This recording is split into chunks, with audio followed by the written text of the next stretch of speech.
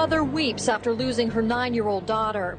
Genesis Estrada was shot to death while playing outside her North Las Vegas apartment on Civic Center Drive. Cops say on September 7, 2002, the little girl got caught in the crossfire between two men believed to be gang members. Now, more than a year later, Pascual Lozano stands trial for her murder.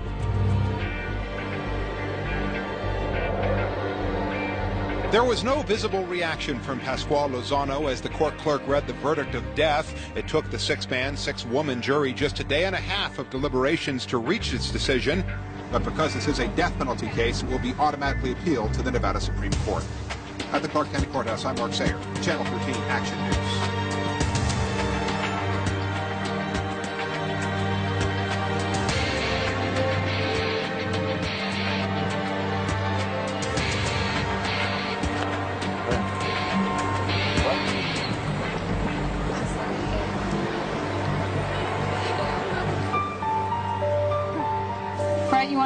You want to check in? Just off. 6 different IDs. His number's on the back there. Pascual Lozano. 122-6900. Those kids. They're good, man. They're tall. JJ's huge, man. Are they? Yeah. What's up, brother? Friday night. I know, man. We're working, baby. We're working. Hey.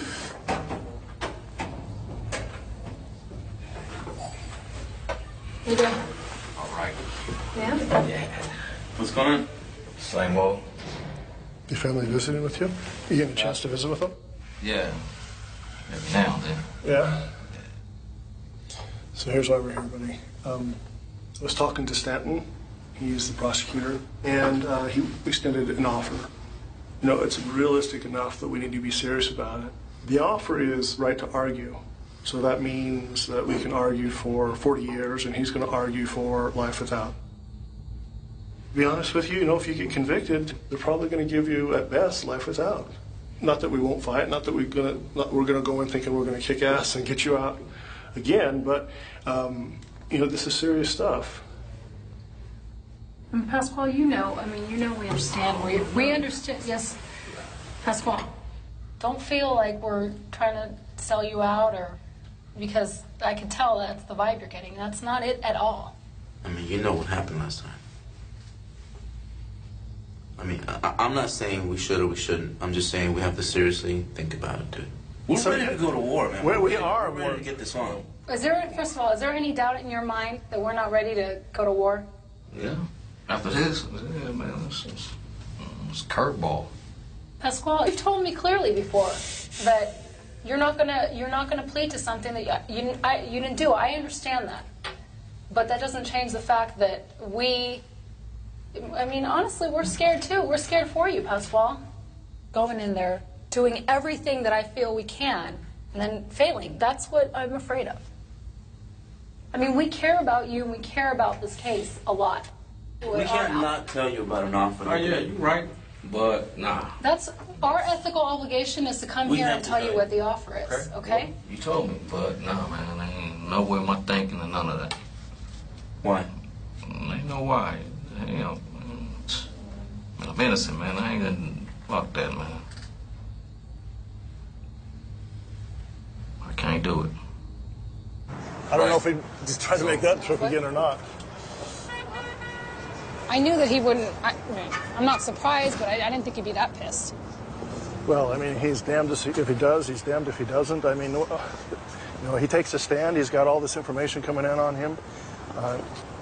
He's not gonna. What?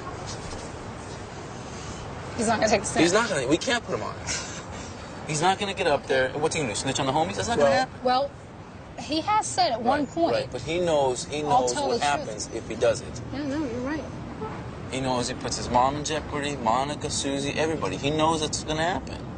I mean, whether it does or it doesn't, I don't know. But he thinks it's going to happen. He thinks something like that would happen. It's happened before. I mean, people have threatened Monica before. Right. I mean, he goes, "Can I get on the stand and just tell the truth but not say names?" I'm like, "No, Pascual, it's all or nothing. You can't say this one guy did this and this." I mean, You or can't when do the it. prosecutor He doesn't says, understand that. who was the person who shot, and he says, I don't remember, or I couldn't I can't see. say. Then he's They're lying. going to say, no, that he's lying, and Right, they're he's lying. going to convict him, whether he was a shooter or whether he wasn't. Right. It's lose-lose for him. All right, guys. Okay.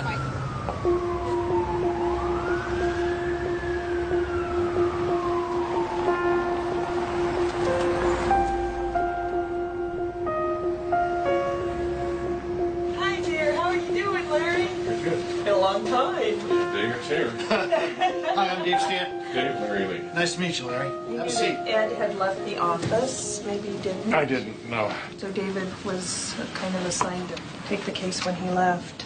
In going through the file, I noticed a note way back when, I guess probably when you heard, Larry, that the case had been overturned and that a new trial had been granted. And I was very curious, and I think Vicki was as well, is to kind of get your impressions of the first trial and what you guys thought. Okay.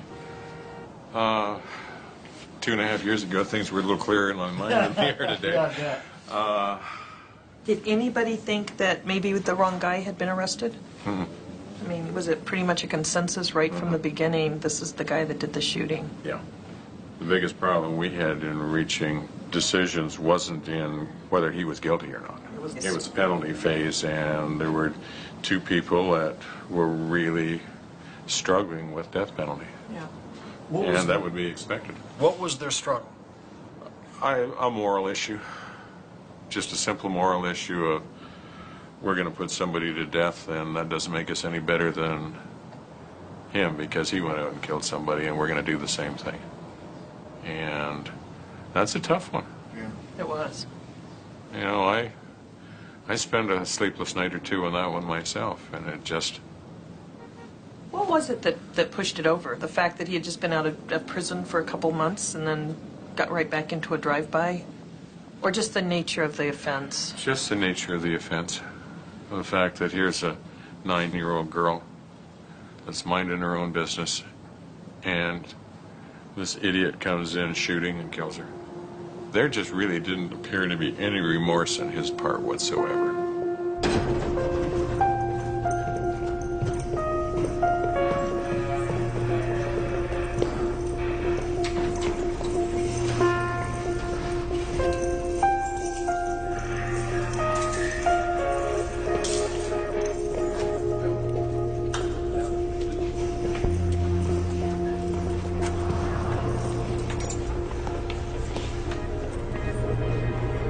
Ladies and gentlemen, at this point in time, our clerk, Ms. Husted, will swear in the members of the jury. Ms. Husted?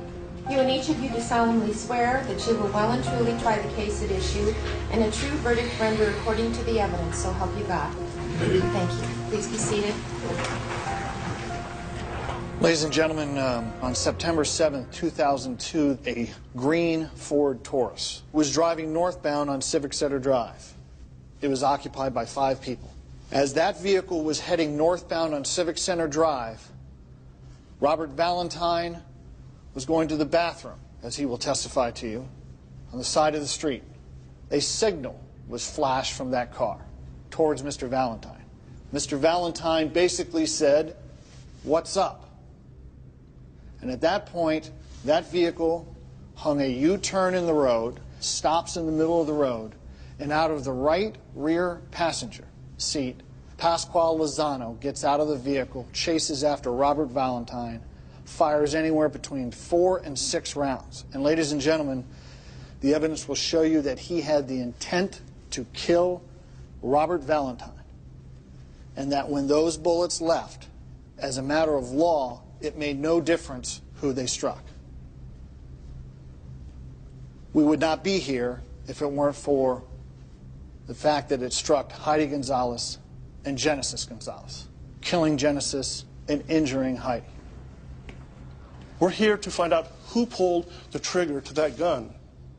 And I can tell you that if you look at the evidence and you look at it fairly and objectively, there's only going to be one result. And that is that Mr. Lozano is not guilty of pulling that handgun.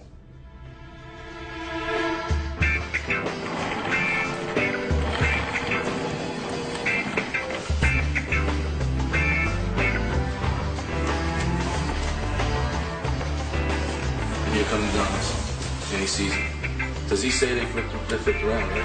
First he says there's a gang sign thrown right there. Right. There's a gang sign. Which everyone says, please. Right. Nobody They says... turn around. I don't remember if he says they stopped here or if they say they came like this. Rob's the driver. was the Okay. driver. Rob's the Rob driver. was driving. He's the one that flipped the U to come back. And also, isn't The intended target, Chuck B, shot Chuck B shot at him. a week earlier, 2 weeks earlier? 2 weeks earlier. Right. Okay, He's the one with the motive absolutely. Right. to do something. But he is the one with That's the white right. shirt, right? No. No. Narche is. Oh, okay. Narche is this one. With the white shirt. Narche is the passenger. With probably right-handed, Right. white shirt. And However- the word on the streets, I know that James keeps saying that's his sister's word, but basically what people are saying is that Narche is the shooter. And he's in custody on It's a little dope case. I mean, the only person giving a statement is Darian Moten. And what did he say? He wouldn't say that Pasquale... He says Pasquale got out of the car with a gun. That's right. He says That's Pasquale right. went That's out right. of vision That's of right. him, That's and he right. says he heard gunshots, and then Pasquale got in the car. And- You do the math. Who did the Okay, shooting? okay. Von Trell, this one's dead, right? Yes. I talked How to did he him die? He got shot. Right after this, right? Not right after. Not It was right a while. after. It was probably a good year, I think. I think I remember him as well.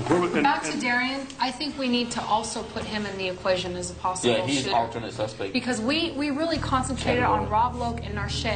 I mean, the bottom line is any one of these clowns could have shot. Anyone we gotta allow. else We could have gotta. shot. Why is only our guy here?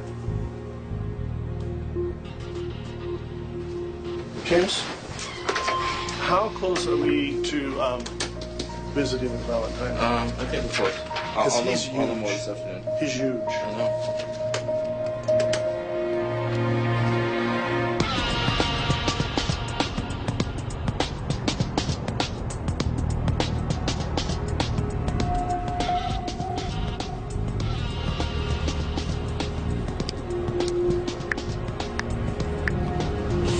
Here, Chucky. Where you at, Chucky? Where you at?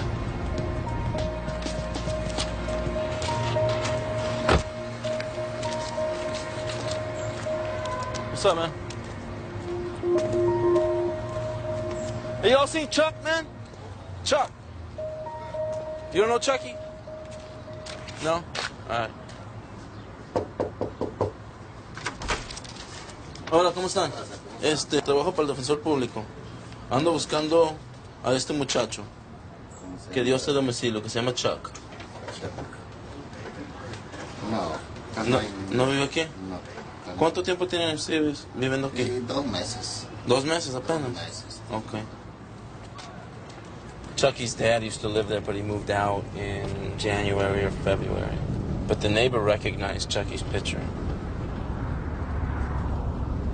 But he's gone.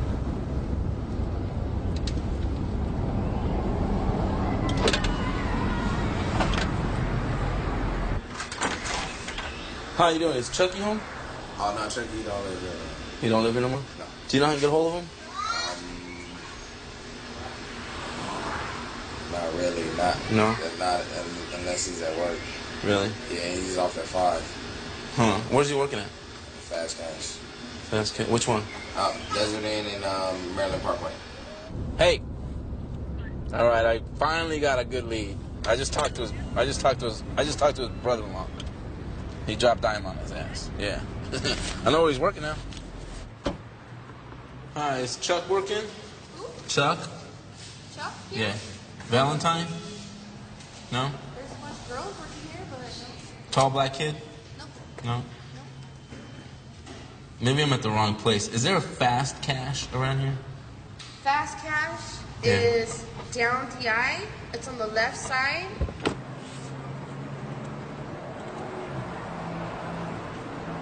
There's an Easy Cash over here on Maryland Parkway and Desert Inn. And I went in there and I asked the girl where Fast Cash was. And she told me, well, it's right down the street on Desert Inn on the left-hand side. And I will go looking for it. It's nowhere to be found.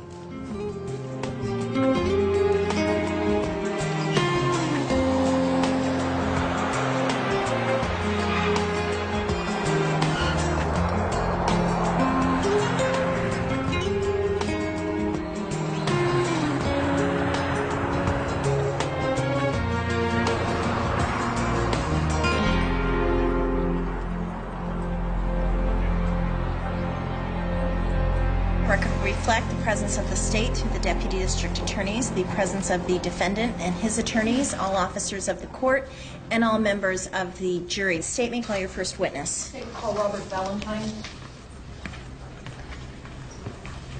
My name is Robert Valentine. Do you remember the area you were in at about 5 o'clock in the evening on September the 7th of 2002? Yes. What was that area?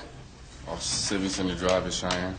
And can you tell the members of the jury what you were doing there at about 5 o'clock on September the 7th? Well, I was coming from the store, and I was taking a leak by the trash can. When do you first see the vehicle?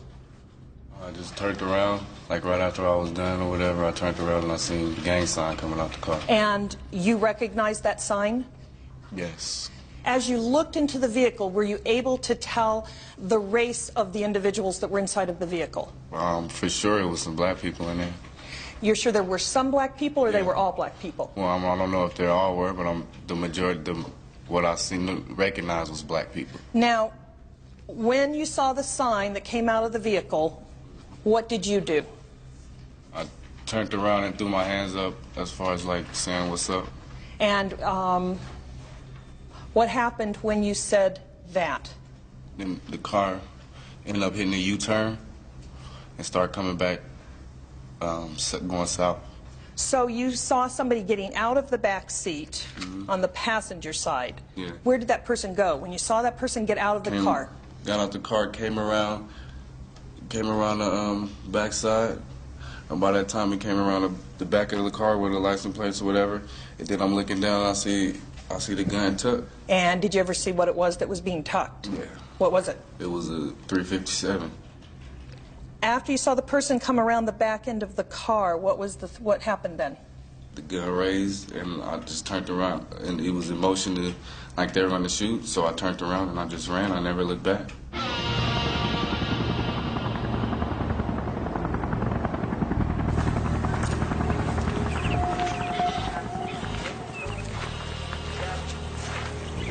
Hi, how you guys doing?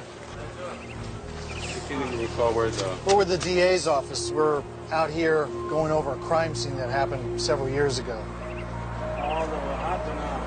Well, he's there and he's firing, so, Right. but that could also be from the tree a little. I mean, here's another one, so obviously his angle's got to be this way. So he's probably shooting at the guy. I don't know if the guy came through here around the back end of the tree. So Valentine goes around. He ran around he's in the alley, but that's all blocked off now, so I don't know. It's almost like they've changed it. I mean... Oh, yeah. See, where would he go? He'd be stuck there. Right. And they're right on the outside of the door. She let him go out and play because they were getting really rambunctious. So she let him come out and play on the patio, the porch here, and then the guy shows up with the gun and starts firing. What was your knowledge of Mr. Lozano? How well did you know him? What was your relationship with him? I mean, that's my brother, homeboy. And so you didn't have any dealings with him? I mean, I might have seen him before, but I mean, as far as it's not my friend like that.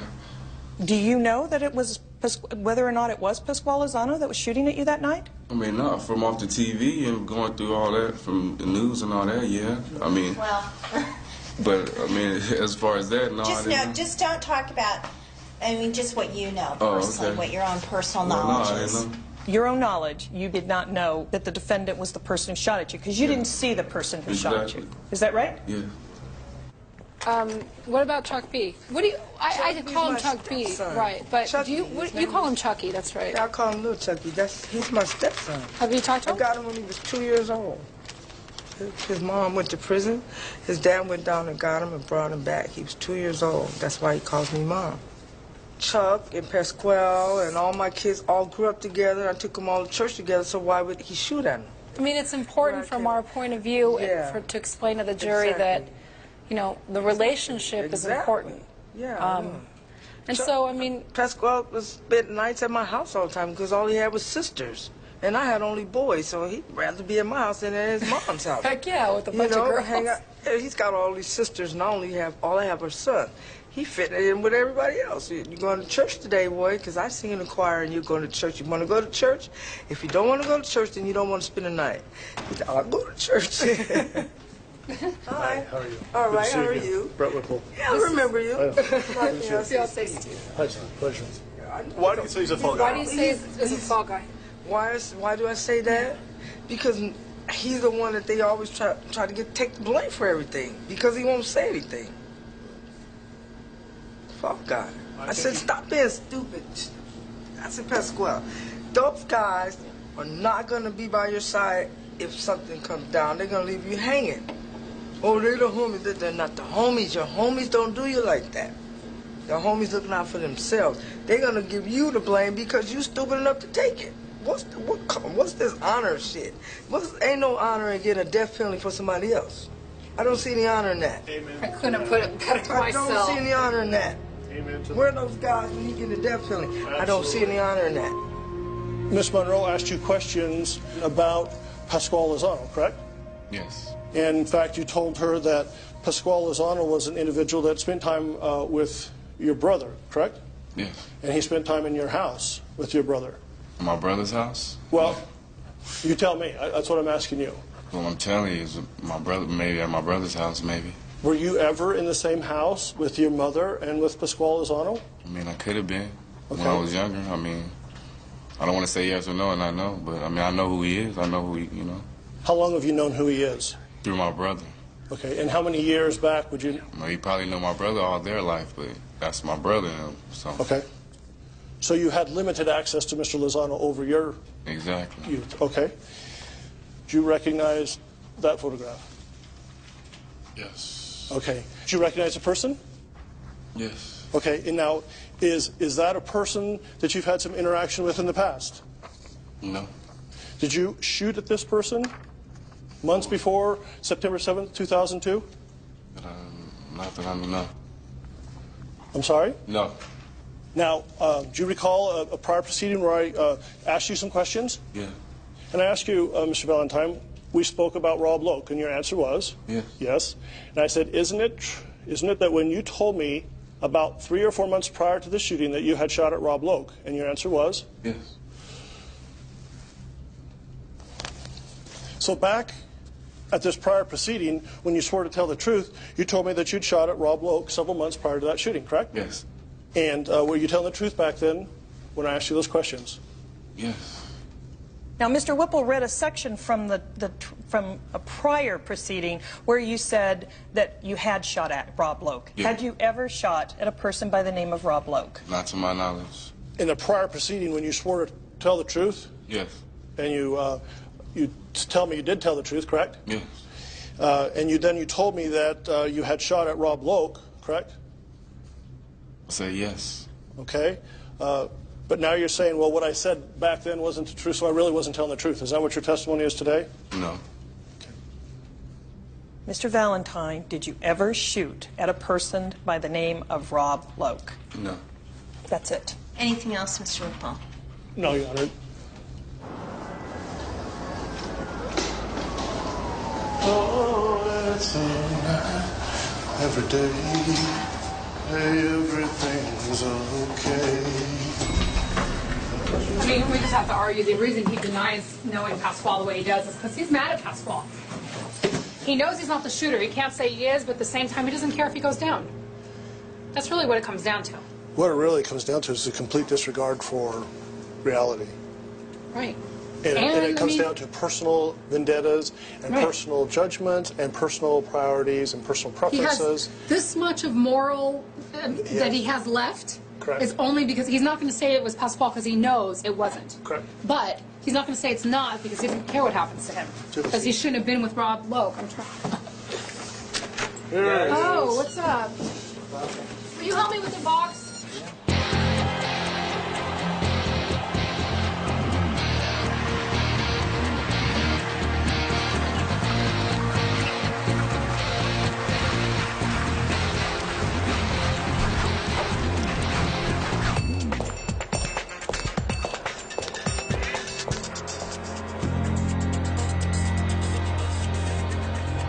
Mr. Moten, do you know the defendant in this case, Pasquale Lozano? Yeah. And how is it that you know him? We grew up together. Now, were you together with the defendant on September the 7th of 2002? Yeah. And you remember that date, is that right? Kind of, sort of, yeah. Well, that was the day the little girl was shot, right? Huh? That was the date the little girl was shot. Yeah, that's what y'all said. That's what the police said. Mr. Moten, did you tell the police at one point that you were in the car with Vontrell Davis, Robert Waddell, Narshe Riles, and Pasquale Lozano? The police had told me that when they had came and picked me up from my house. They pointed me in the car. Mr. Moten, my question is, did you ever tell the police that you were in the car with Pasquale Lozano, Vontrell Davis, Robert Waddell, and Narshe Riles? I don't remember too much. Not to tell you the truth. Well, I mean, that was like, what, 2 or 3 years ago? Well, let's try some things that you do remember. You saw a man on the side of the road, is that correct? Yeah. And that was the man taking the leak by the garbage dump. Right. And then what happened? Then the dude Trail jumped out the car and gave me, I mean, you know what I'm saying, did what he did. Who did it? Trail, man. Vontrell. Vontrell. Yeah. Vontrell's the one who jumped out of the car. Yep. And what side of the car was he on? He was on the passenger side, in the back. Okay. So this is the first time you've said Vontrell Davis was the person who jumped out of the car. Is that correct? Yeah, that's the first time we've been back to court in like 3 or 4 years, wasn't it? Because that isn't what you told the police, was it? What'd I tell the police? You were asked what happened, and you said he just got out of the car and I thought he was just going to talk to him. Is that what it says? Yeah, I do say that. And then the question was who got out of the car, and your answer was he got out of the car. Is that what it says? Yeah.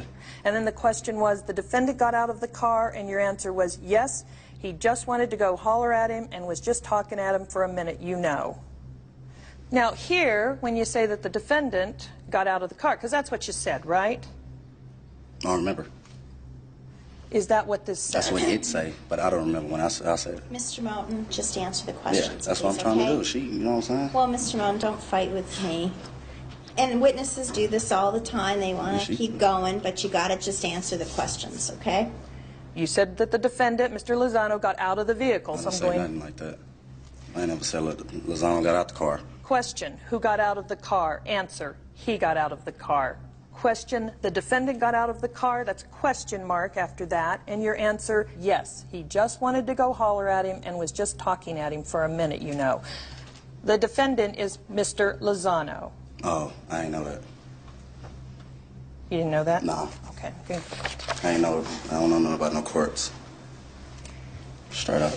I don't. Well, I thought you said you were in court because you saw me in court a while back. I seen you in court when I got sent to prison. You know courts, don't you? Yeah, and I lost, didn't I? So, you're talking about Mr. Lozano back in 2003? No. Okay. Let's move on.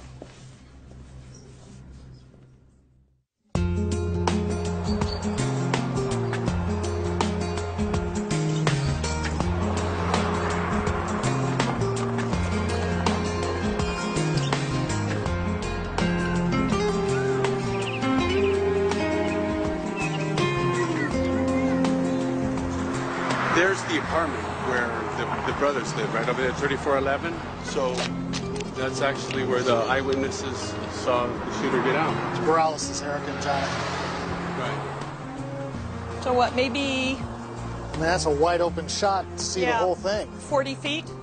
60? I mean, the exact area where you can see everything. Yeah. Well, he sees the guy get out of the car. He sees him get out of the passenger seat. Sees him with the gun, sees him go back around the back of the car, and then starts firing. May I speak to Eric? May I speak to Eric? He's not there? Okay, do you speak English? Is there anybody there who speaks English? Can I speak to somebody? Okay, I'm going to have a Spanish speaker call back, okay? Thanks.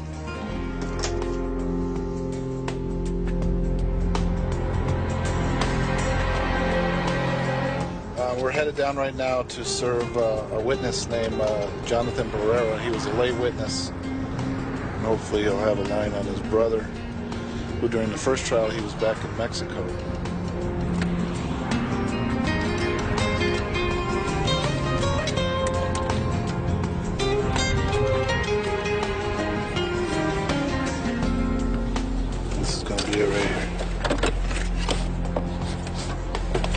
Jonathan? Bill Faulkner, DA's office. How you doing? Does brother Eric still live here? All right. Is Eric home now? He's at work? Okay. Is it all right if I leave his subpoena with you? Morales brothers are coming at 4:30. Is that today or tomorrow? Tomorrow. Tomorrow? Yeah. Okay. They're gold. No problem. Yeah. That would be good. We could use gold.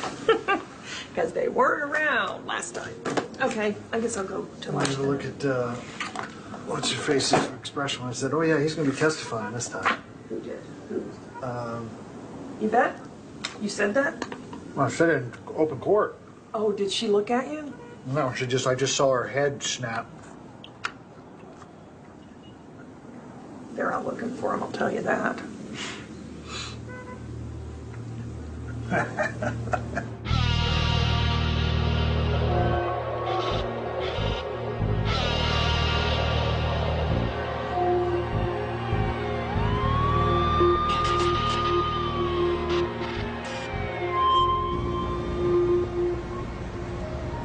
I'm thinking he knew where Jonathan worked at, and that's how we followed up with him. Because we never knew where he worked. Notice how the state said it didn't take much. I could tell you all we had is the old address, and all it took is some investigating. Well, then you have the address. Then give it to us. Then give it to us, right. This ain't gonna be it.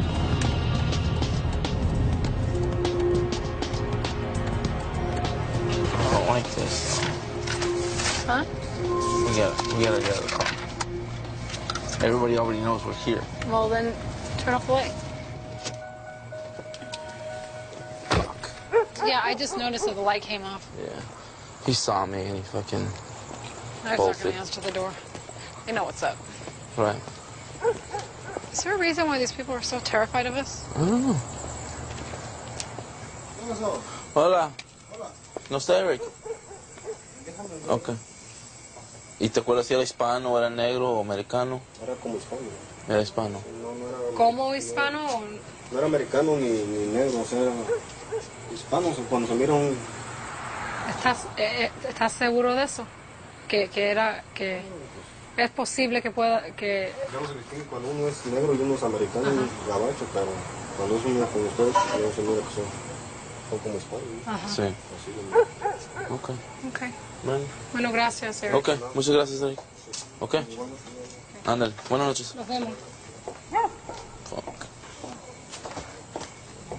This guy is fucking solid. Of course. We knew he would be. He was Chicano, he said. Who's going to go tell Pascual? I'll go tell him.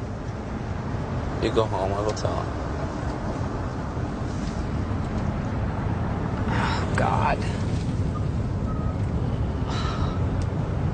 Jesus Christ.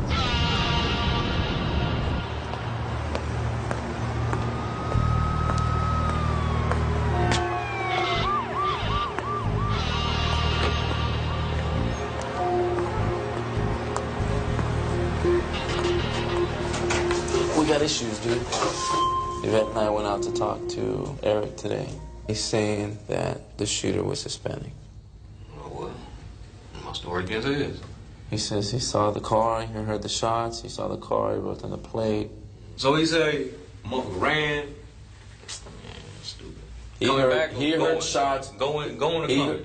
He says he heard shots, he looked out the window, he got the plate number, and saw one person chasing a black guy, shooting a gun, and get back in the car. Damn, that's weird though, man. And the only one he saw is Hispanic.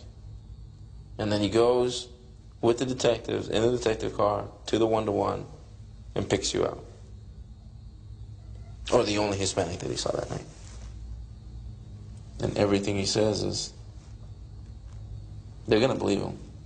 No, I don't know that, man. Shit, I hope not. Shit, I mean, well. His testimony is fucking gonna sting. It's gonna hurt. Well, I don't know that. I got rolling dice.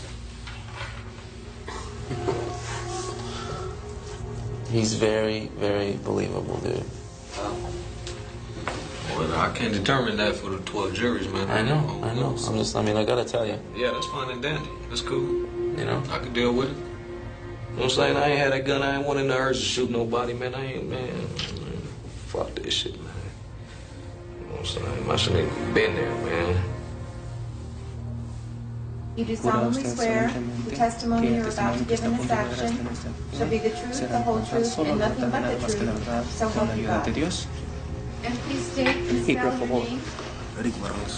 Eric Barrales. When you got to the window, can you tell us what you saw when you looked out your window? Cuando usted vio por la ventana. Estaba una persona disparándole a un afroamericano. There was a person shooting at an Afro-American. You said that the person running was African-American? Era afroamericano. Yes. And did you see the person who was firing the shots?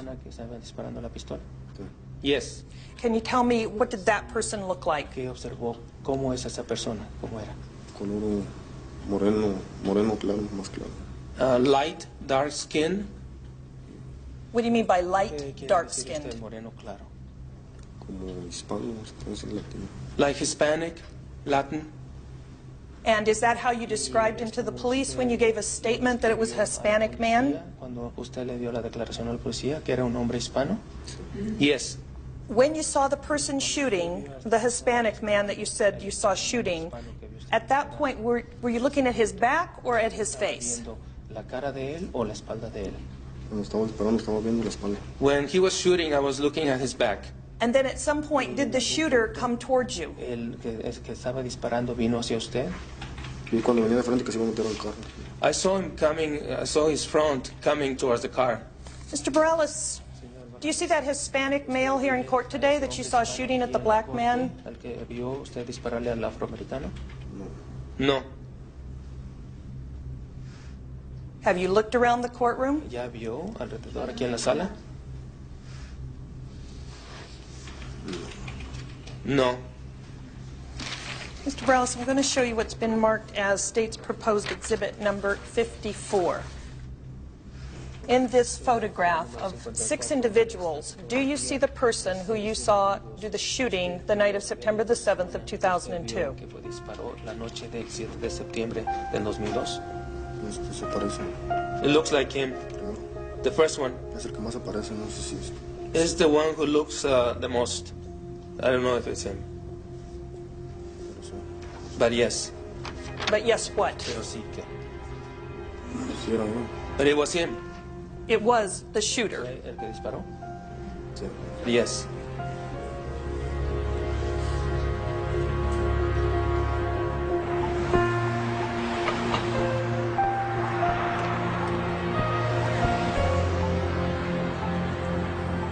Did you see Eric Barrales?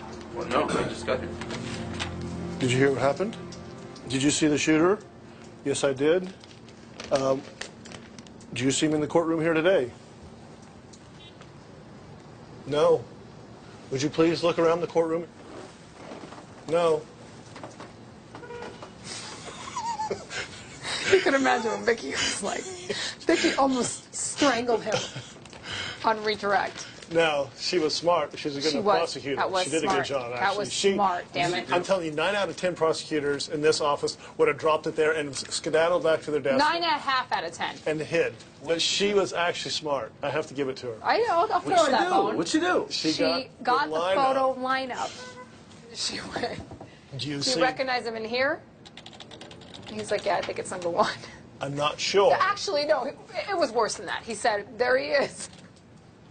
Well, I mean, actually, he said more or less. It's more or less. His testimony wasn't as strong as we anticipated. Let's put it that way. It was awesome. Really. We got a shot. He also said that the detectives told him that he would not be deported. Don't worry about it. It was also great. Well, did you see who? I mean, don't worry about it. We'll talk to Homeland Security and it'll be okay. And I said, he answered the right I said, way. well, what was your residency at the time? And he said, I was illegal. And I said, and you weren't scared being in a police station? And he's like, no, because the detective told me that there was not a problem. I said, so he told you wouldn't be deported? And he said, yeah.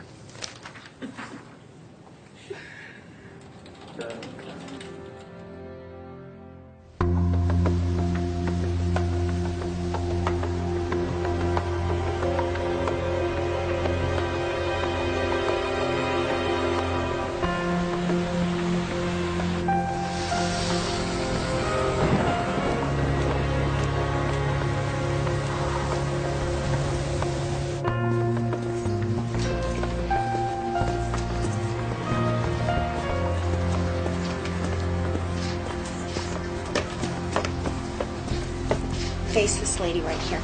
You do solemnly swear the testimony you're about to give in this action shall be the truth, the whole truth, and nothing but the truth, so help you God. Yes, I do. Thank you. Please be seated. Hey, Tanya. Hi. How old are you? I'm 17. And back in September the 7th of 2002, how old were you then? 14. And can you tell us how many sisters you had? 2 sisters. And can you tell me their names and their ages? Genesis Gonzalez, she was 9. And Heidi Gonzalez, she was 7, I think. We haven't heard from Maribel. You know what that means, right? No. That's a really good sign. She's been out all afternoon. Her phone's off. That means she's probably talking to Tanya or to the mother, or if she would have struck out, she would have told us. Oh, God. So, yeah, I mean, it's like what I told you guys on the phone. It was just awesome. I mean, immediately, I think she was a little bit, hesitant, but she invited me right in. I gave her my card. I introduced myself. And I was clear about, who I work with. And I said, I don't expect you to, I don't want you to make anything up. You saw what you saw that day. And you may not remember a lot of what you saw. And as we were going over the statement, she was like, you know what? It happened so fast. And she said, and what happened is I was inside. The kids, I hear the gunshots. The kids come running in. I walk around. I see, all I want to do is get the baby that's been left outside, and I come back in. When she told the story, did she totally leave out the fact that she saw the shooter? Because So I'm trying to put myself in her position. You see somebody who you don't know. And I related to her, and I'm like, you know what? You're right. You're not observing, oh, well, let me see if I can identify the color. Get the hell out of there. As a matter of fact, you're probably not wanting to pay attention to some gangbangers shooting at your house or whatever. You're looking out for your life. And she was like, yeah. I'll tell you right now, whoever has Tanya Gonzalez will win. I'm telling you right now, that's why we lost last time. We weren't smart enough to find out ahead of time.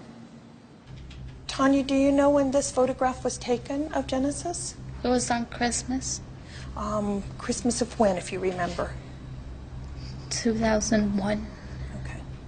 At some point, while you were inside of the apartment and the children were outside of the apartment, did you hear something? Yes. What did you hear? I heard pops, like balloon poppings. When you heard the pops, what did you do? I stood up. Were the kids coming inside at that point?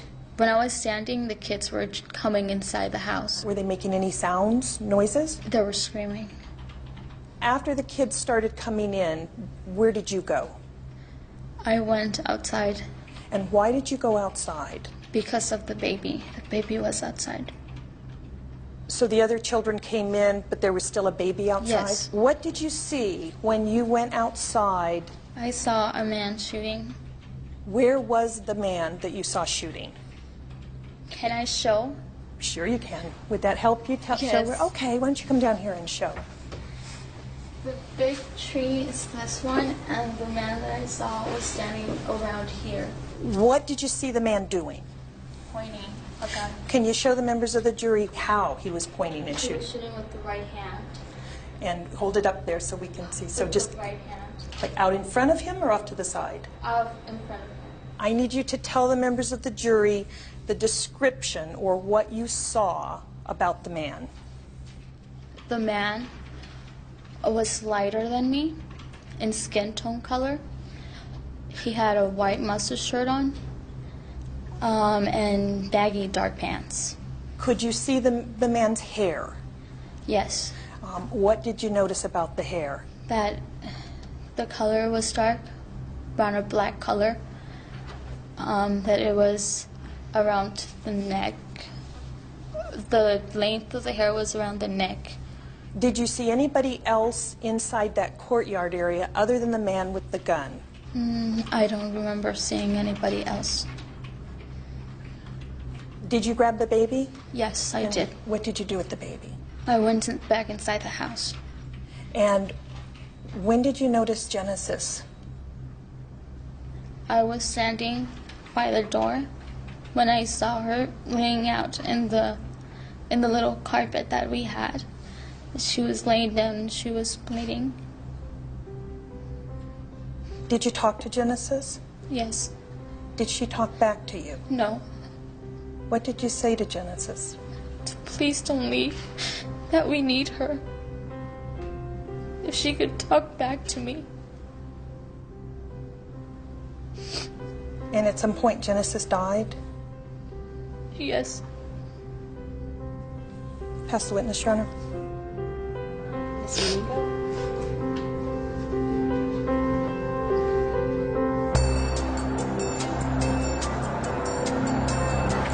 Tanya's testimony that the shooter was shooting from behind a tree makes no sense whatsoever.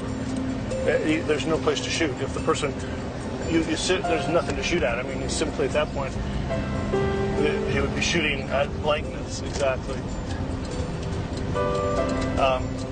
Tanya saw Chuck B. That's what Tanya saw. That's exactly what she said.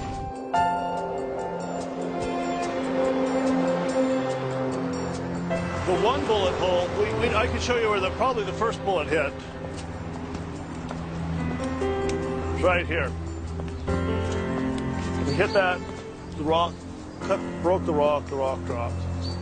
Then, the next shots, this tree is actually healed to a certain degree. I think it's right, you see this one right here? It's been 4 years.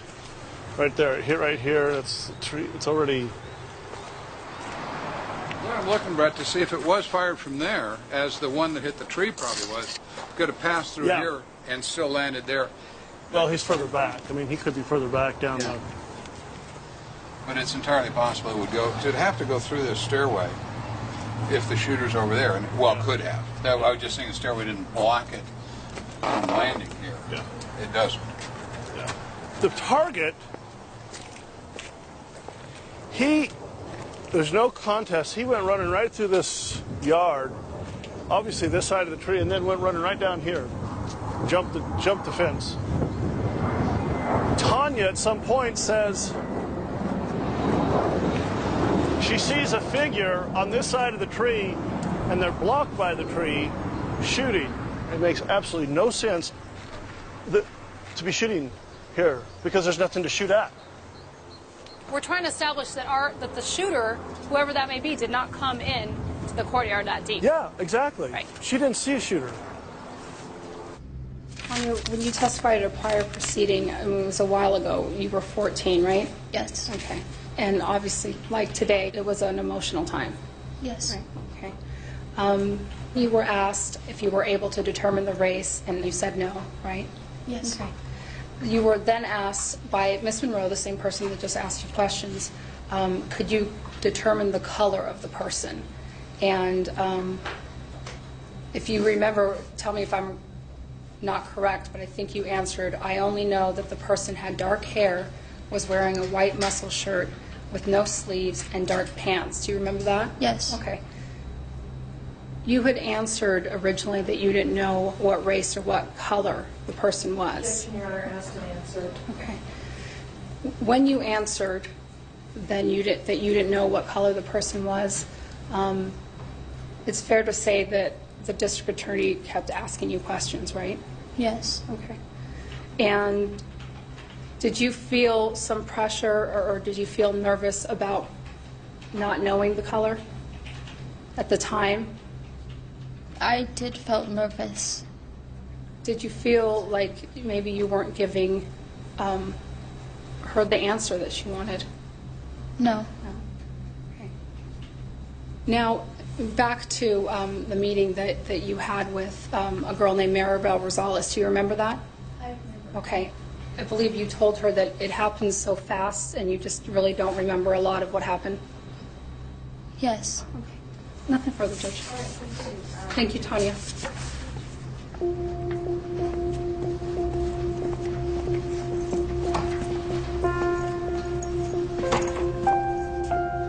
Your Honor, absent a final check with your clerk about all the exhibits in the case, the state would rest.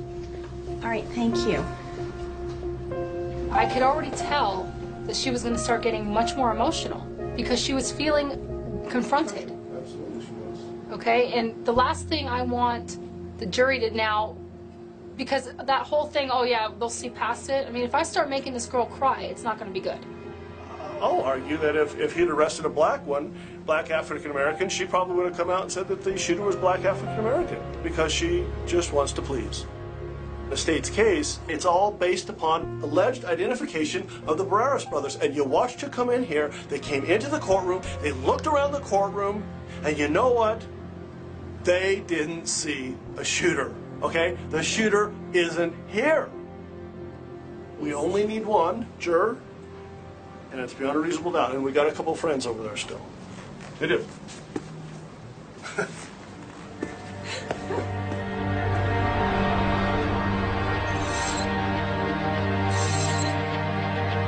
Pasquale Lozano got out of that car, and he took that gun. Emilio saw the person with the gun in their hand, and he said that they were black. And he went into that courtyard shooting at Robert Valentine, and Genesis Gonzalez died. He'll come and he'll say that there's no way in hell that Pasquale got shot. You had the Crips going over and seeing the blood on the side of the road. They want you to punish him just because who he is. The only appropriate punishment is the death penalty. A mother weeps after losing her daughter. The little girl got caught in the crossfire between two men believed to be gang members. I'm innocent, man. I ain't. He had the intent to kill Robert Valentine. Who did it? Trail man. Bontrail. Von Trail. His testimony is fucking gonna stink. Do you see that Hispanic male here in court today? It looks like him. I saw a man shooting. The man was lighter than me. If he'd arrested a black one, she probably would have come out and said that the shooter was black because she just wants to please.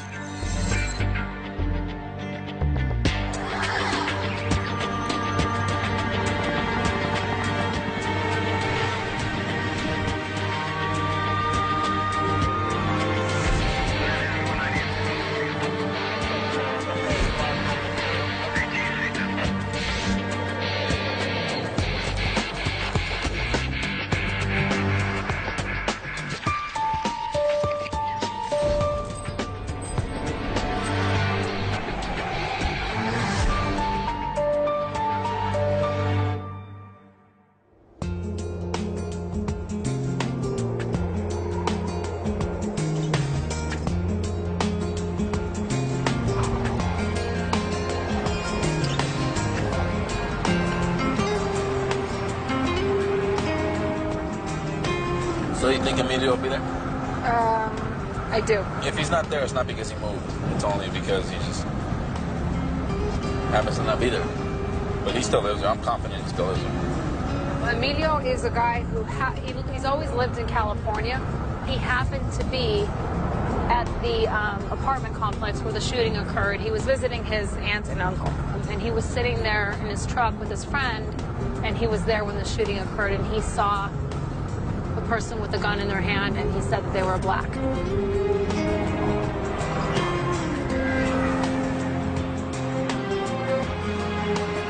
And as soon as he sees us, he's gonna know exactly who we are.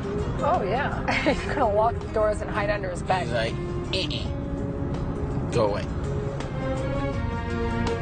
This is it. Oh. I see a for rent sign. This is not good. This is not good, James. It's okay. Okay. It's okay. Let's call that number for rent. Sí, ustedes son los que están rentando la casa ahí por la calle de la Grevilla Street. Soy investigador de Las Vegas. Trabajo para el defensor público. She said July. It just closed. We just missed him. I know. Shit. There's a for rent sign on the house, so I call the for rent sign number, and I speak to the new owner who gave me the name of the real estate agent. So I call the real estate agent. She's friends with Emilio, and she tells me that he lives with his sister in El Monte. Where's El Monte? El Monte is like L.A. It's like on the way to L.A. We're going to El Monte, baby.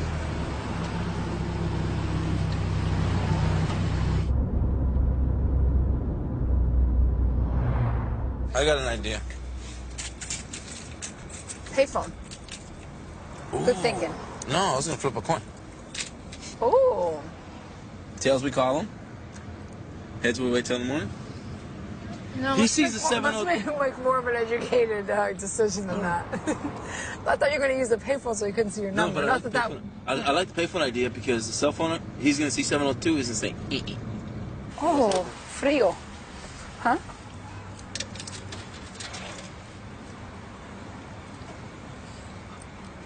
Aló, Emilio. Mira, habla Jaime Alemán, no sé si te acuerdas de mí. ¿Sí te acuerdas? ¿Te acuerdas de mí, de Ivette, del caso de Pascual Lozano? A las 9 nos vemos entonces. Ok. No lo puede ver ahora. Okay. No. No, he said he didn't want to this time. ¿He's in El Monte? He's here in El Monte. It freaked him out when I told him I was in El Monte. He goes, ahorita ya está medio raro. It's 10 o'clock at night. All right. Let's hope Emilio doesn't dog us. I got a feeling he will. He will? I got a strong feeling that he's going to dog us out. He should also know, though, if we came all the way over here, we're not just going to leave.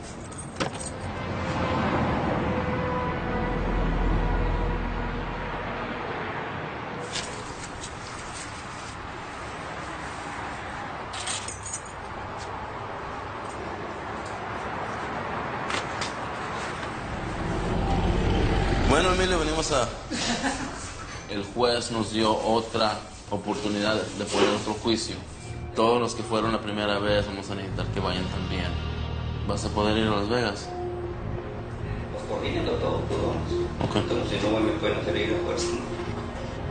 Mucha suerte. Ok. Gracias. Ya nos vemos. That was much too easy. Another one down. All that drama just to come talk to me for 5 minutes.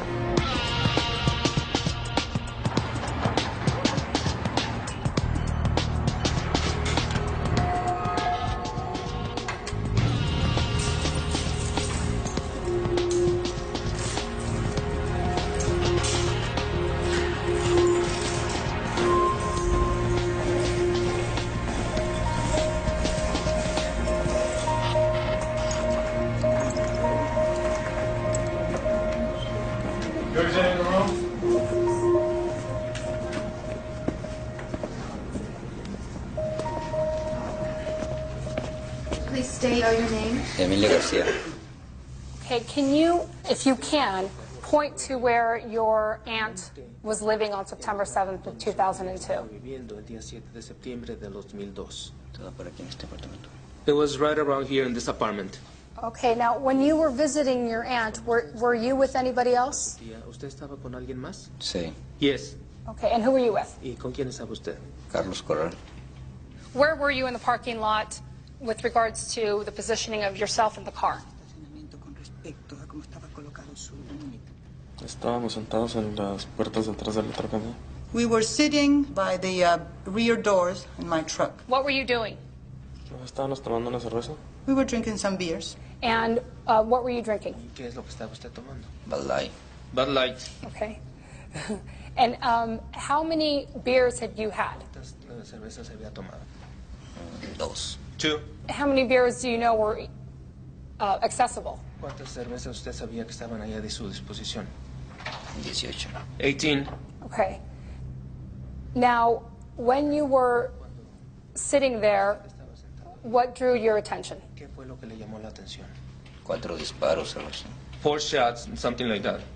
Okay. When you heard the shots, what did you do? Mi troca estaba parqueada aquí. My truck was parked right here. Cuando oí los balazos que me bajé de la troca, yo salí para este lado de acá. When I heard the shots, I got out of the truck and I came this way, over here. Y fue cuando vi a la otra persona que iba corriendo, a la persona que iba corriendo por aquí, pues este rumbo allá, hacia el carro. And I saw that other person who was running, heading this way, on the other side of the car. What race was that person? Negro. Black. And you testified that he had a gun in his hand. Is that right? Tenía una pistola en la mano, ¿cierto? Sí. Yes. Okay, and do you remember what hand he had the gun in? ¿En qué mano llevaba la pistola? Derecha. Right. Pass the witness, Judge. So it was when you were at Civic Center that you began drinking. I believe you said you had 3 beers there. Yes. How long had you been drinking before you heard the gunshots? Una media hora, 45 minutos a lo máximo. Half an hour or 45 minutes maximum. So you had your 3 beers in a 30 to 45-minute time frame. Is that correct? Yes. Is that the handwritten statement that you made to police officers on September 7th, 2002? Yes. And could you read the entire statement to the ladies and gentlemen of the jury what you wrote? La declaración por escrito al jurado de lo que acerca de lo que usted escribió. Solo hay 4 balazos, como vi un hombre corriendo, eso es todo. El carro era Ford Taurus, el carro se fue al norte. I only heard 4 shots, then I saw a man running, and the car was Ford Taurus, and that was it. Okay. Did you tell the police officers that day, when you were there at the crime scene with them, what you saw? Lo que usted vio? Sí. Yes. Did you tell them that you saw a person of the black race with a gun? De raza negra con una pistola? Sí. Yes.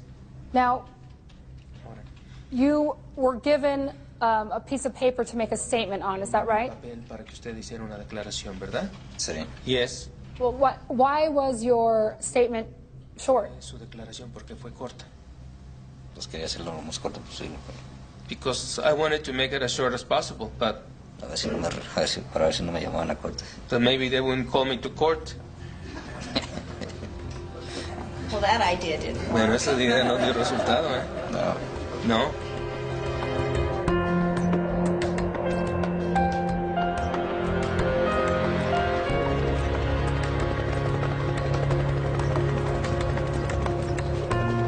Tanya Gonzalez says that Pascual is right-handed. Do you remember if any? And then we She says the shooter is right-handed. I mean, I'm sorry. You're right. And not necessarily, well, yeah, the shooter's right-handed. What other evidence came in about the right-left-handed? We submitted the evidence when he was a kid to show he's left-handed, how he was swinging the bat of the piñata.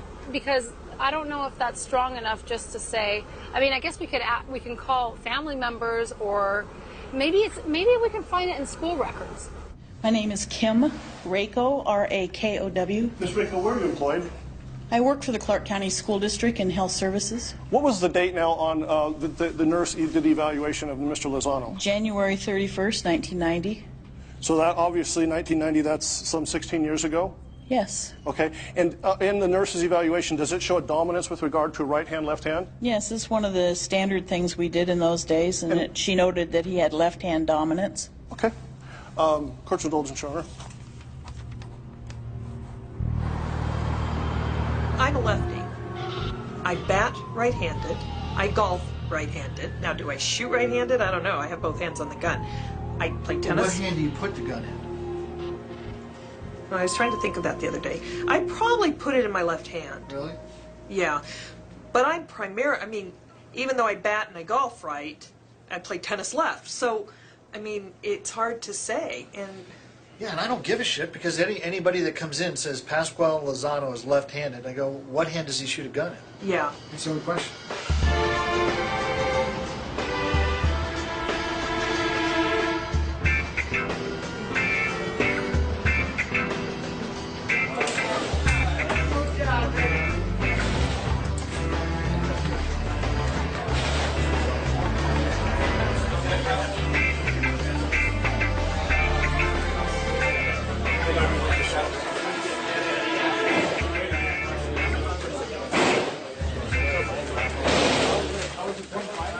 For the record, John, what is your height and weight? My height is 5'9", 165 pounds. Right-handed or left-handed? Right-handed. I think he's going to need that, yeah.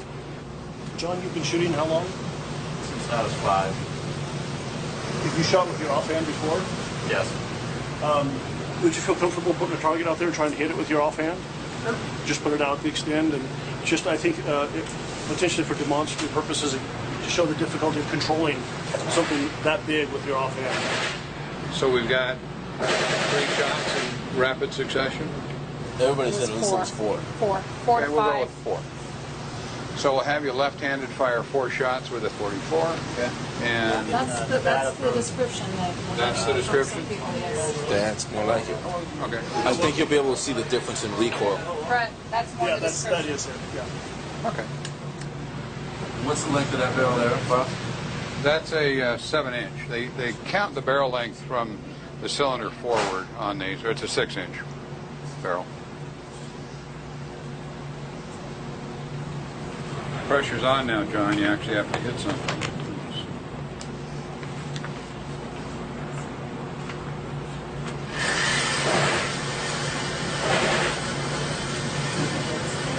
James, I want more of this view. I want to see the power from the side.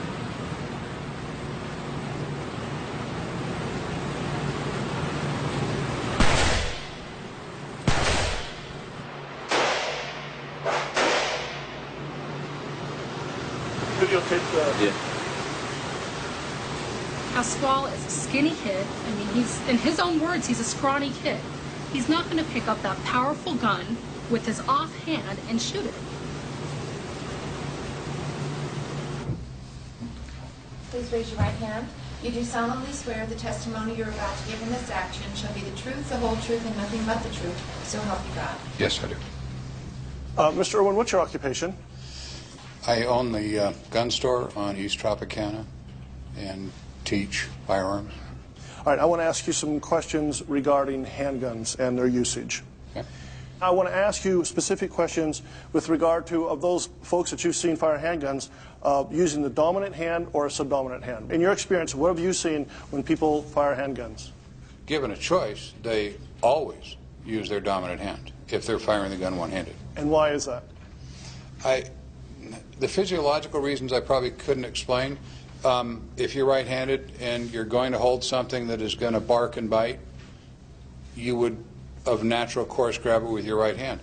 In the classes I run, I require that concealed weapon holders shoot a few rounds at close range with their weak hand. And getting people to do that is sometimes like pulling teeth. Mr. Irwin, of the 20-some thousand folks that you've trained and observed shoot, how many of them use their dominant hand when they're shooting a handgun? If not told to shoot with their weak hand, 100% shoot with their strong hand. Okay.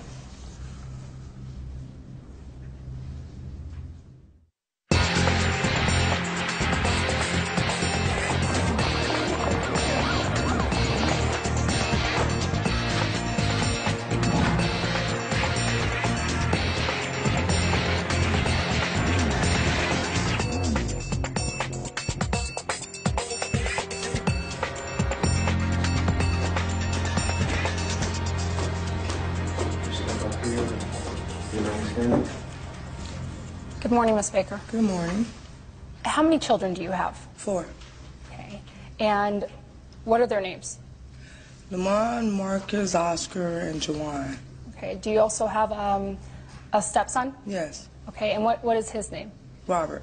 Okay. And actually, can you back up a minute and tell me what their last names are of all your children?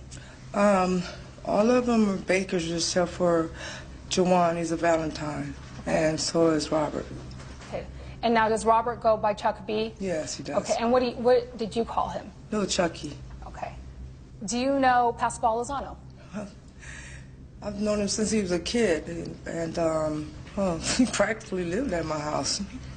He had all sisters, and I had all boys, and he'd rather be at my house than at his own house. So practically every day and night. Okay. Pasquale participated in family activities or not? Yes, absolutely. He was part of the family. Did you ask Chuck B if Pasquale shot at him? Yes, I did. And isn't it true that your son told you, Mama, I really don't think so? He said, I really don't think so, but I don't know. It happened so fast. Did he tell you he was hurt that Pasquale was in the car? Yeah. Because he couldn't figure it out because they had no reason they weren't mad at each other. They wasn't fighting. And did you ever know or see for yourself any conflict that Pasquale and Chuck B ever had? No. We need to approach Judge. That's fine.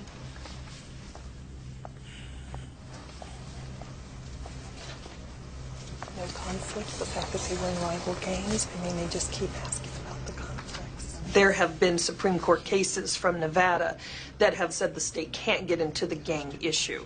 So it was never our intention to get into gangs. In murder, we don't have to prove motive, but juries like to know what a motive could be. When the defense got up and brought Tanya Sue Baker in, they went into, can you imagine any reason why Pasquale Lozano would have shot his good friend Robert Valentine? Well, that's motive. And she says, no. No, there was no reason. Well, motive in this case is you had the Crips going over and seeing a blood on the side of the road, and that's the motive. That opened it up, and now we're entitled to present the whole picture. Thank you. Please be seated. Please state and spell your name. Benjamin Owens, O-W-E-N-S. May I approach, Your Honor? Showing you Defense Exhibit A. Do you recognize who's contained in that photograph? Yes, I do. And what do you know his name to be? Robert Valentine. And asking you, Detective, prior to September 7th, 2002, did Mr. Valentine make admissions to you that he was a member of a gang here in Las Vegas? Yes, he did. And what gang was he a member of, according to Mr. Valentine? The 004 Hoodsman Street Gang. It's a predominant blood gang in the city of North Las Vegas and Las Vegas. Detective DSC, do you know what that means? Yes, sir. It's the Donna Street Crips. And do you have knowledge of whether the defendant, Pasquale Lozano, was affiliated with that organization on September 7th, 2002? Yes, sir, I do. Were there any tattoos that Mr. Lozano had that would indicate an affiliation with the Donna Street Crips? He has DSC tattooed on his, I believe, his left shoulder. He also has Donna on the right side of his stomach. He has a big D on the chest. He also has a D on his hand. And, Detective, do you know what a hand signal would be of someone who is a Crip? Yes, sir. They would curl their hands in this motion to make a C with their hand. Okay, may the record reflect with his left hand, Detective is making a C.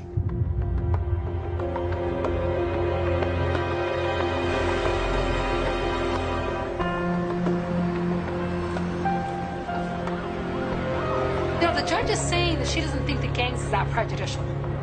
It's whatever she calls it, the pink elephant in the middle of the room. That everyone knows this is gang related and we're just stepping around it.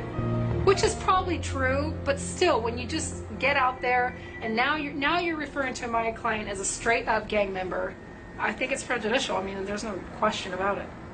Because that's something the jury could now hang their hat on. And they could totally not care what the evidence is. He's a gang member. He's a gang member, and I'm sure if he didn't do this, he did something else. Let's just convict his ass.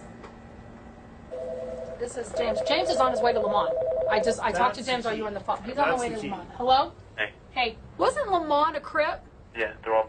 And his brother, his stepbrother, is a Blood. Right. And it's not because they fucking want to go out and kill each other. It's because it's where they're born and raised. Exactly. Right. Robert Valentine happened to spend more time at his dad's house during the week, and that's what he associates with. Really what we want to establish is that Jawan, Marcus, and Lamont are all Crips, and they wouldn't shoot their brother, Robert Valentine. That way we can lump Pasquale there, too. They're like brothers. Pasquale wouldn't shoot at him.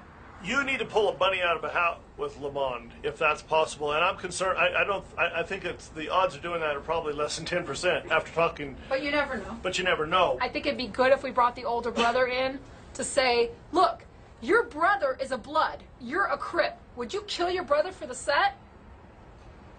Right. And see what he says. I mean, I want to talk to him before we get him on the stand, obviously.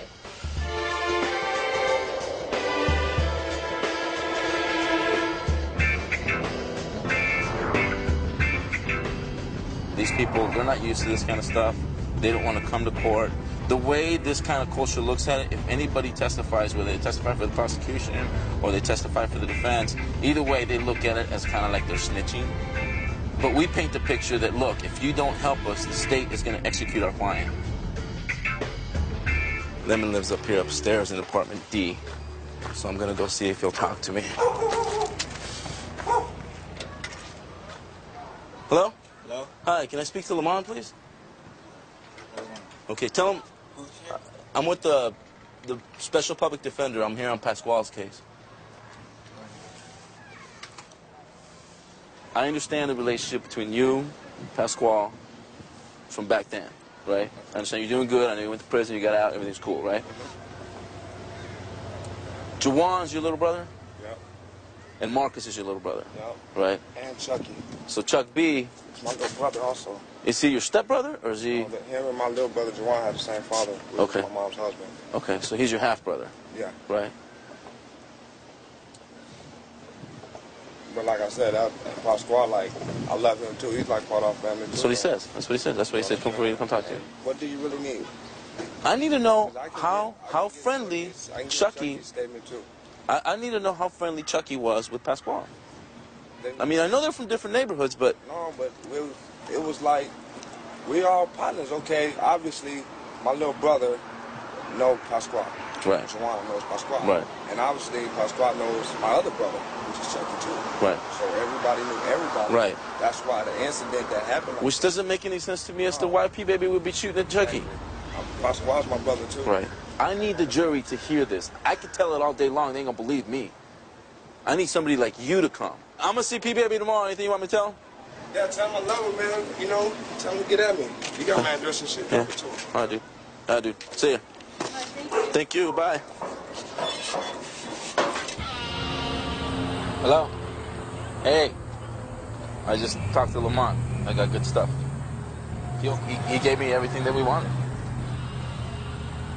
He'll come and he'll say that there was no way in hell that Pasquale could have shot him. Could have shot at him. At Chucky.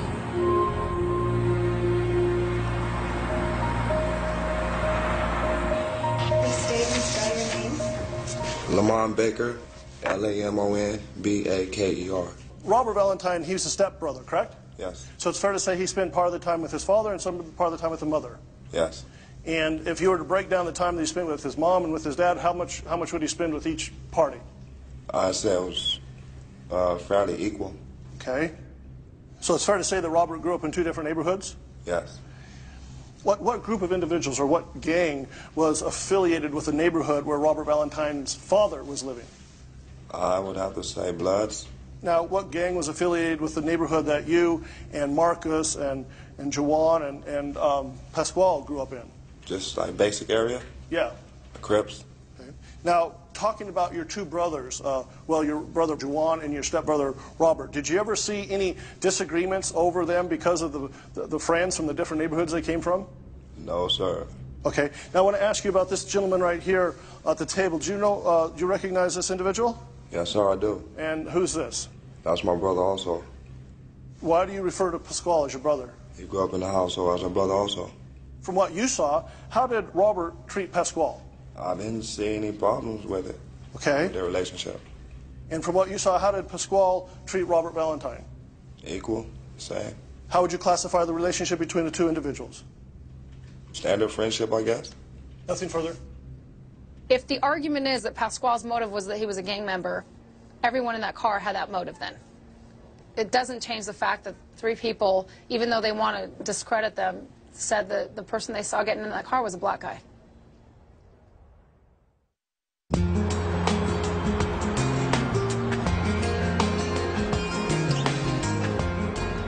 The attorneys will have the opportunity to present their closing arguments. Ms. Monroe?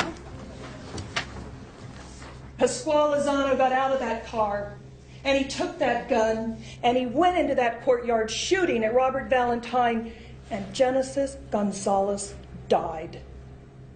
Who saw what really went down that night? Because if you believe Eric and Jonathan Morales, Genesis Gonzalez's killer is here. He's in this courtroom, and he is guilty of every count that the state of Nevada has brought against him. Good afternoon, ladies and gentlemen. I want to leave off right where Miss Monroe stopped, okay? Her last comment to you was, thank goodness for the Moraleses, or nobody would have been arrested, right?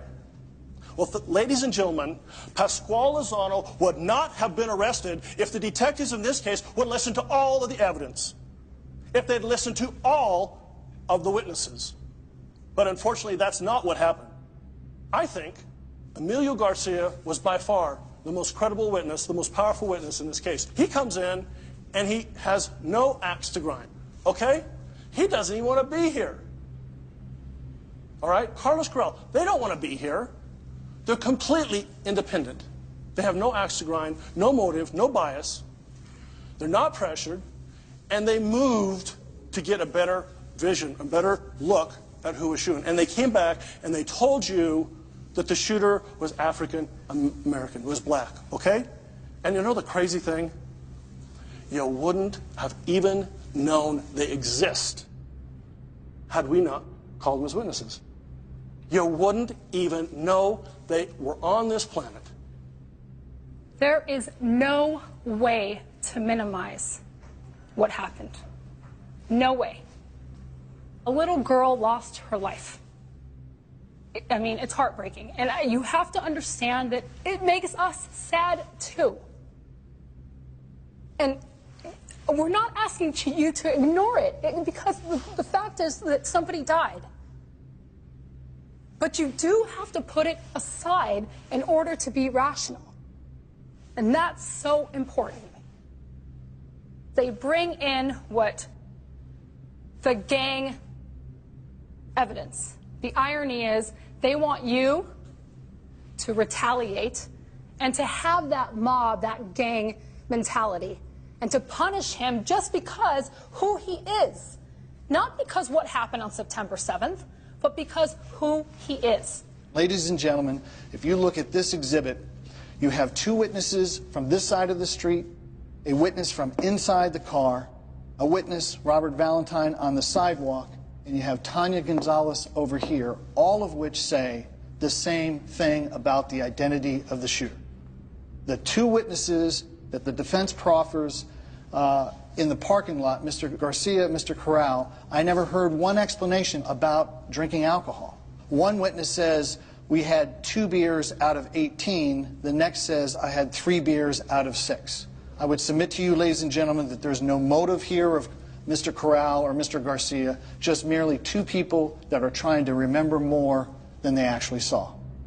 And that when you look at the detailed witnesses under the context of what they observe, the detail that they remember at the time and the consistency over time, that the state has met its burden in this case, and that equal and exact justice in this case is the conviction of the defendant for counts 1, 2, and 3.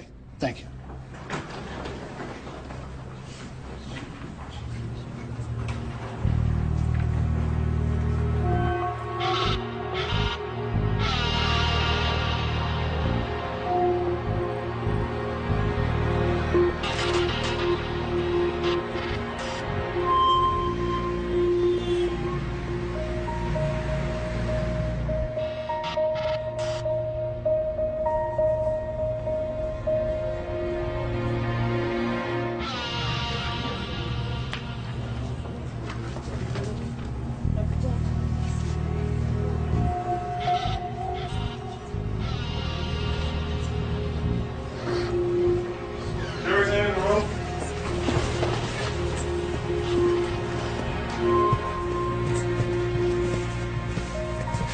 Sir, has the jury reached a verdict? We have. All right. Will you please hand the verdict form to our bailiff?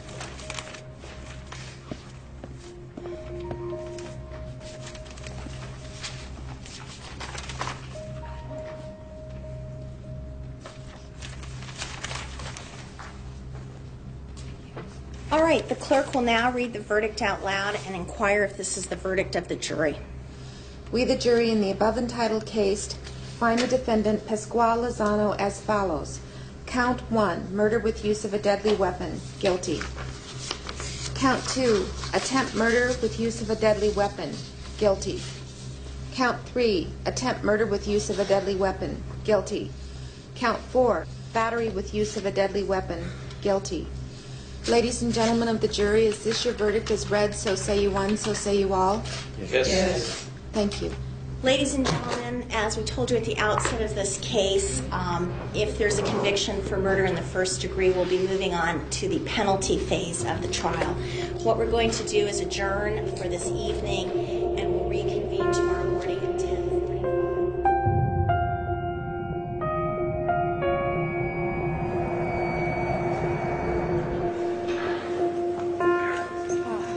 He's like like, he's like, why does it have to be? Because the person has to come in and say, I did the shooting. I'm like, pretty much at this point. That may not help. No, I didn't even hear that. I can't even.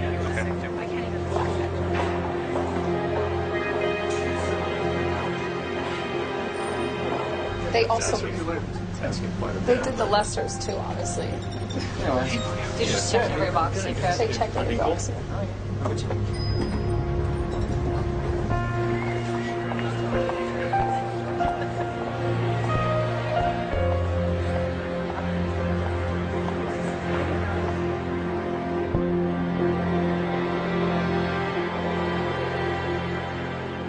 If you are to determine that the aggravating circumstances outweigh the mitigating circumstances, your final step is to determine, collectively as a jury, what is the appropriate punishment in this case. And I submit to you, respectfully, that when you hear the evidence that you're about to hear, that there can legitimately be no consideration other than two sentencing options in this case: life without the possibility of parole and the death penalty. There can be no greater punishment than the death penalty, and is one reserved for those appropriate cases. Ladies and gentlemen, the only appropriate punishment in this case is the death penalty. Thank you. All right, thank you. Ms. Meningo? Thank you, Judge. Good morning, ladies and gentlemen. Yesterday you reached your verdict, and frankly, there's a big disagreement between us. I have to accept it. We have to accept it. And as professionals, we move on, and that's what we do. We have to do that. And as you can tell, Pasquale's not here today. He just can't. And so Mr. Whipple and I are here to plead for his life. I told you in closing, and I stand by it, is that I'm proud to represent him. And I'm hoping that when you learn a little bit more about him, you're going to understand why. There is more to his life than what happened on September 7th. There's much more than that. And there's more about him that you guys need to know before you even consider imposing such a harsh penalty. They are going to ask you to kill another human being, and we're going to ask you for mercy. That is an awesome responsibility, and it's your opportunity to take the higher road. So what Mr. Whipple and I are going to ask you to do is to choose life. Thank you. Thank you. Noemi, can you tell the members of the jury what kind of a child Genesis Gonzalez was?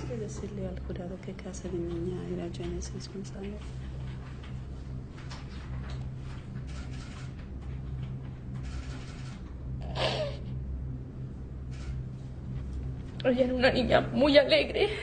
She was a very happy child.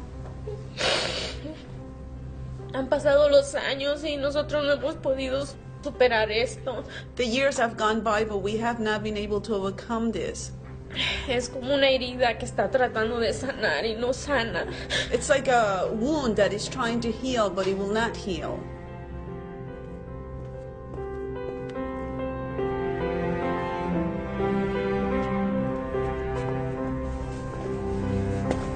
How would you describe your Uncle Pasquale to somebody who didn't know him? A good man. He has a good sense of humor, and he's my uncle. And do you have an opportunity to talk to him from time to time?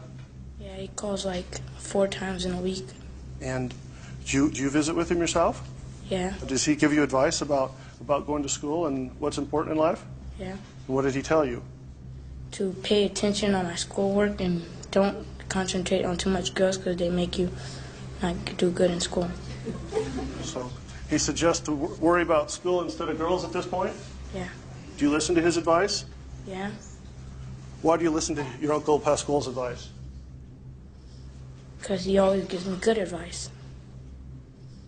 How do you know Pasquale? He's my son. He's everything to me. That's where he hurts me a lot.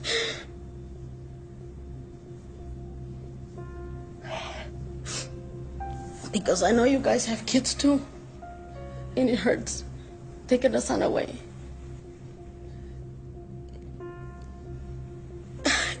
I'm sorry, but I'm trying to be very strong. But it will hurt me a lot.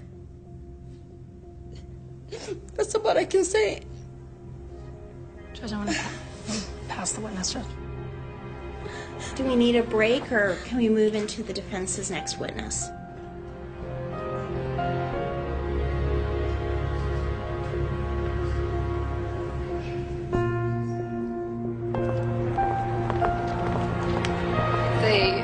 Hopefully it won't be a problem getting in.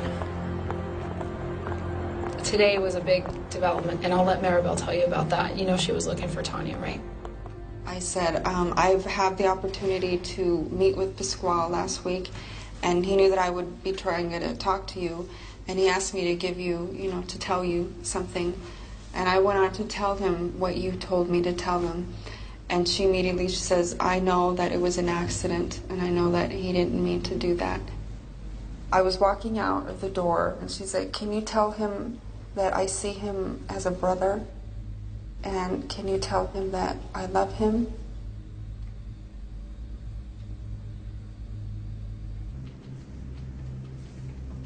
Tanya, I want to ask you some questions about a conversation you had with Maribel Rosales. Yes.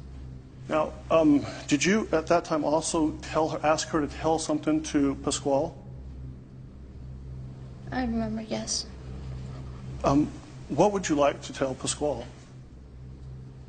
That I feel sorry that he's in this position. That I feel, I feel sorry for his family. That just that. Why is it that you? What makes it cause you to feel sorry for him in that position? Well, facing that he was guilty of what happened. How would, if Mr. Lozano got the death penalty, how would that affect you? Well, it's just taking another life from this earth and taking away another family member from another family.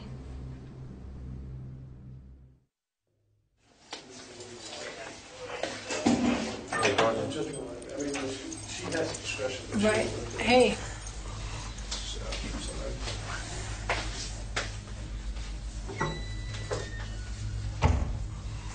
Maribel called Tanya, and then Maribel called her mom. And she said he wants to say he's sorry to you guys. And she said, okay. She said, I'll pick up the girls and I'll be there at 10:45. That's cool. Yeah. So with that in mind, you need to just think about what we're going to say, Tanya walked in the room and sat down right now. What would you want to tell her? I want to talk to all of them, really. You know what I'm saying? But I'm just saying, okay, if it's the mother. Oh, thank you for being here. And you don't have to say it the way you're going to say it. Just think of what, like telling us what you would want to tell them. I'll be like, I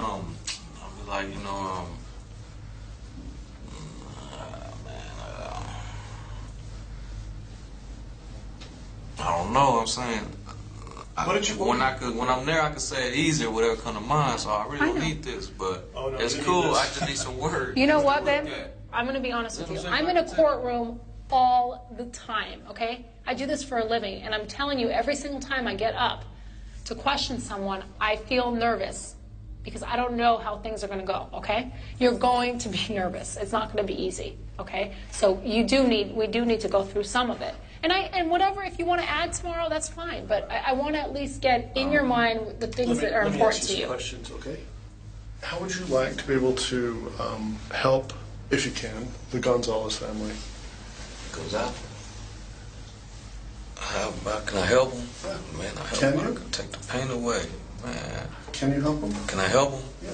Man, with this little speech here, you know what I'm saying? I hope, but how can I help them? I mean, what do they want me to help them? I don't know. How? I don't know. I'm willing to help them. You know what I'm saying? I mean, but what can I do for them? I mean, I'm willing to do anything for them. What can I possibly do? You know what I'm saying? I want to do anything, whatever limit. Okay. Do you think about it every day? Yeah, be like, man, I use this as I hate it came to this, but I use Genesis as a better key for myself, you know what I'm saying? I got it. And you know what state of mind you need to be in, right? Yeah. Okay. Okay. All right, Pasquale. Okay, I got it. You're going to do great. But I can add to this, right? This is Yes. just basic. Okay. That's basically what you say you want to cover, but it's your right, thing. Right. Okay. You say what you want to say. That's what it's all about. Yeah.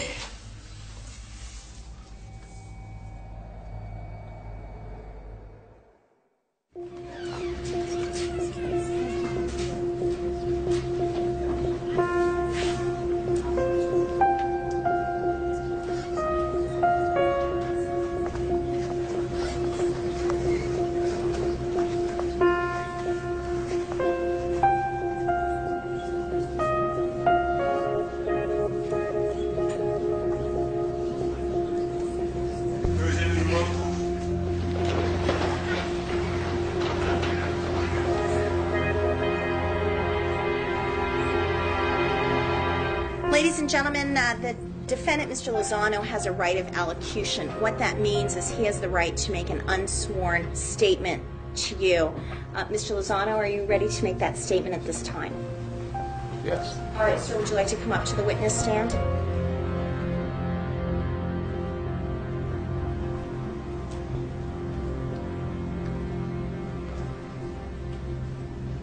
Would you drink? It's okay.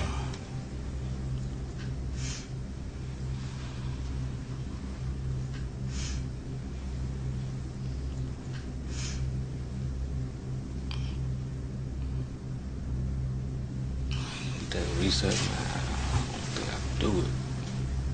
Just take your time.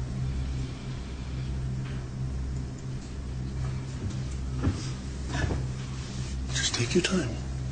Okay? It's all right. Just talk from your heart.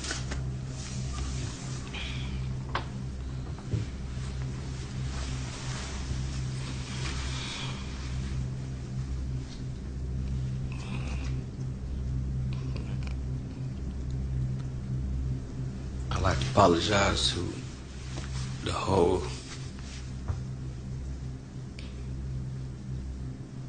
Gonzalez family.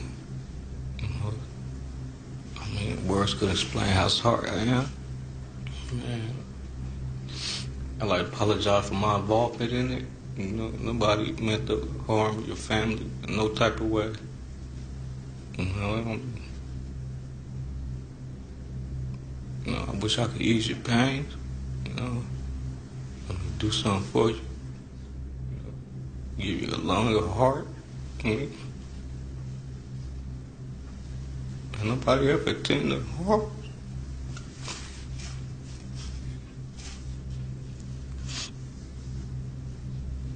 I mean,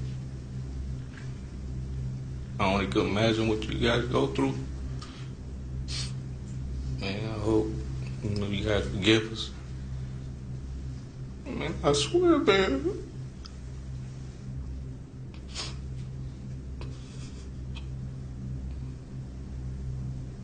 I'm sorry. I got a lot more words to say, but at this time, they can't come out.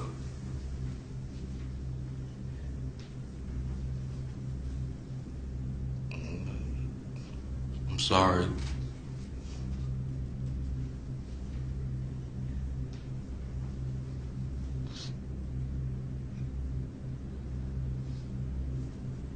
Muchas gracias por escucharnos. Y creo que todos estamos de acuerdo con todo esto.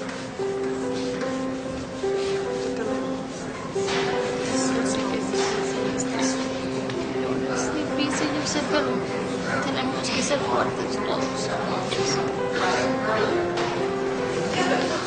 De verdad lo sentimos mucho. Ustedes no tienen por qué pasar por esto. Ni nosotros tampoco. Pero no sé, el destino, las circunstancias, no sé. No hay palabras, yo no creo que fue mi hermano. Lo siento mucho. Pero todo está con Dios, está todo en sus manos. Tiene que haber justicia. Nosotros no podemos decir si fue o no fue. Pero Dios sabe quién fue. Y Dios tiene que hacer justicia. porque sí es justo. Tal vez nosotros como seres humanos fallamos, pero él no, él nunca falla. Como dice mi sobrino, yo estaba, era su amigo, sí, dice, pero yo no fui, pero él no puede decirlo ahí arriba, porque no lo deja. No, él sí puede decirlo, sí, pero él tiene miedo a las consecuencias. Si él es inocente, él tiene que decir la verdad, porque es su vida la que está en peligro. Siguen sacando lo pasado, ya pagó. Nos tenemos que ir. Ok, muchas gracias, se los agradezco mucho que vinieron. Voy a dar un rojo por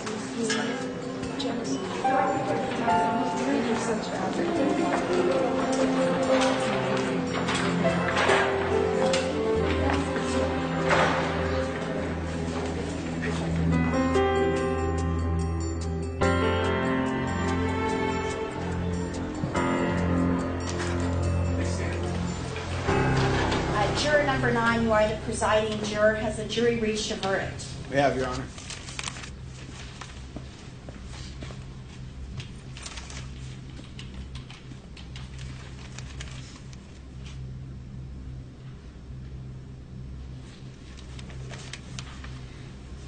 All right, the clerk will now read the verdict forms and inquire if this is the verdict of the jury.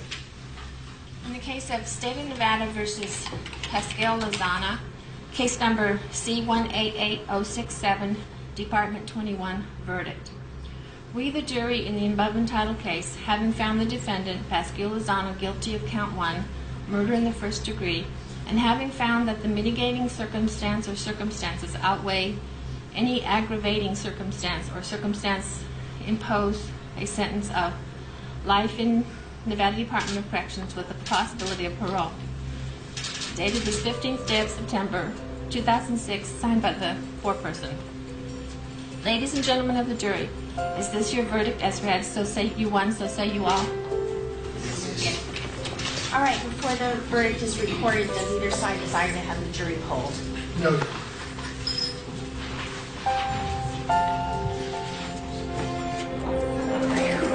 Thank God.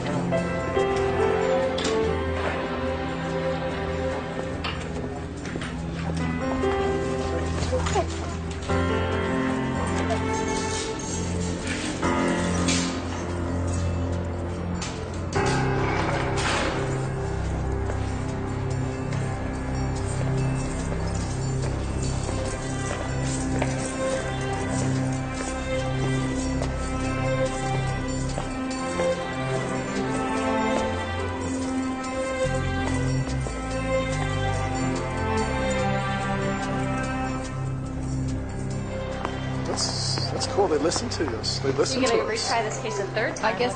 Oh yeah, absolutely. It'd negotiate now. It'd go second with use now. Yeah. It's exactly it. He got life with the possibility of parole. Thank God. Oh my goodness.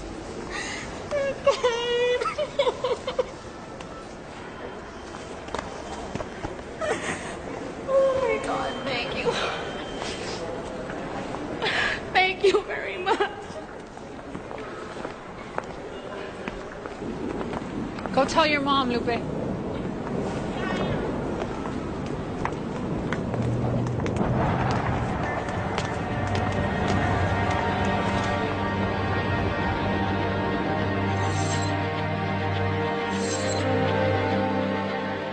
Emergency. My name is Hanley. About an hour or two ago, I killed a man. I said to myself, I'm going to die.